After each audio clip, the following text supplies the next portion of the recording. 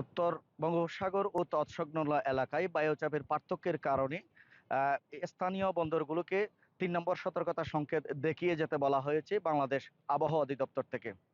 আমরা আবহাওয়া অধিদপ্তর থেকে যেটি জানতে পেরেছি, বাতাসের গতিবেগ ঘন্টায় 45 থেকে 60 কিলোমিটার বেগে আমরা তেমনটি জানতে পেরেছি।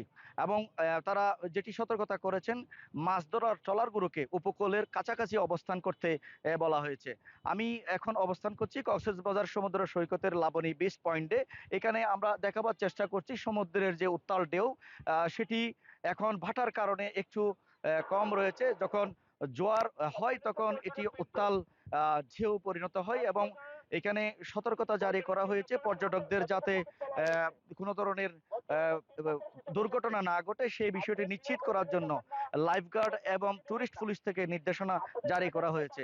আমরা যেটি জানতে পেরেছি, কক্সবাজার জেলা প্রশাসন আগামীকালকে দুর্যোগ ব্যবস্থাপনা কমিটির সাথে একটি জরুরি বৈঠকের সিদ্ধান্ত গ্রহণ করেছেন এবং উপকূলীয় এলাকায় যে 700-এর কাছাকাছি যে আশ্রয়ন কেন্দ্রগুলো রয়েছে সেই আশ্রয় কেন্দ্রগুলোকে প্রস্তুত করা হচ্ছে যাতে কোনো ধরনের দুর্ঘটনা না ঘটে, মানুষ এবং পশু পাখি সহ প্রাণহানি না ঘটার প্রস্তুতি হিসেবে তারা আশ্রয় কেন্দ্রগুলোকে তারা প্রস্তুত রেখেছেন বলে তেমনটি আমাদেরকে জানিয়েছেন। আমরা একটু কথা বলবো এখানের একজন লাইফগার্ডের সাথে।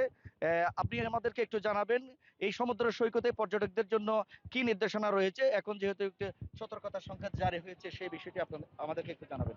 আসলে যেহেতু 3 নম্বর সতর্ক সংকেত চলতেছে বর্তমানে, তো পর্যটকদের নির্দেশনা হচ্ছে তারা যেন গোসল করতে বেশি গভীরে না যায়। আর তারা যেন সবসময় নিজেরা সতর্ক থাকে এবং অন্যজনকে যেন সতর্ক রাখে। তো আমরা আমাদের পক্ষ থেকে যারা পর্যটক এখানে গোসল করতে আসতেছে আমরা তাদেরকে সার্বক্ষণিক কথা বলে যাচ্ছি তাদের সাথে, তারা যেন কোনোভাবে বিপদের দিকে ছুটে না যায়। আমাদের হ্যান্ড মাইক আছে, আর আমাদের ওয়াচ টাওয়ার আছে, আমাদের রেস্কিউ বোট আছে, আমরা সবসময় প্রস্তুত। আর আমরা চেষ্টা করতেছি কোনো পর্যটক যেন পানিতে ভেসে না যায় বা ডুবে না যায়। আর দূর দূরান্ত থেকে যারা পর্যটক এখানে গোসল করতে আসবেন, যেহেতু সমুদ্র অবস্থা অনেক খারাপ, নিজে সতর্ক থাকবেন এবং অন্যদেরকে সতর্ক রাখবেন। এবং এই যে সিগন্যাল চলতেছে যে ঘূর্ণিঝড়ের যে আভাস, এই বিষয়ে আপনাদেরকে সরকারের তরফ থেকে বা আপনাদের দপ্তরের তরফ থেকে কোনো নির্দেশনা দেওয়া হয়েছে কিনা? যে না, এটা আমরা এখনো পাইনি।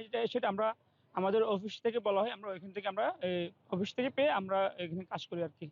তো আরেকটা কথা বলতে চাচ্ছি, যেহেতু আমাদের বাংলাদেশে বিভিন্ন জায়গায় বর্জ্যপাত হচ্ছে, বর্জ্যপাতে অনেক মানুষ মারা গেছে। তার সমুদ্রে কিন্তু বর্জ্যপাত আরো বেশি হওয়ার সম্ভাবনা, যেহেতু এটা একটা খালি মাঠ।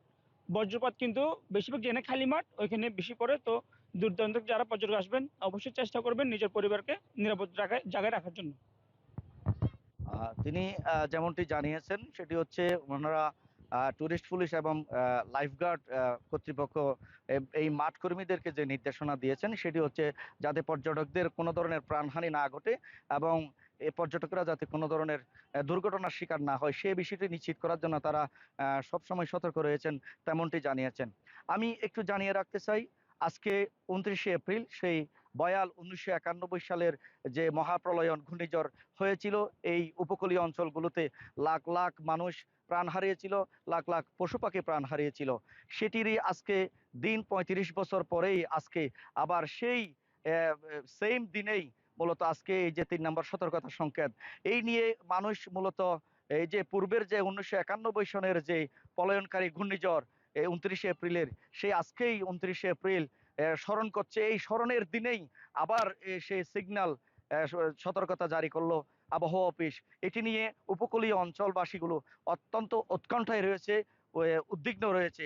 আবার যেন সেই 29শে এপ্রিল ফিরে না আসে সেই প্রত্যাশা করেছেন উপকূলবাসী।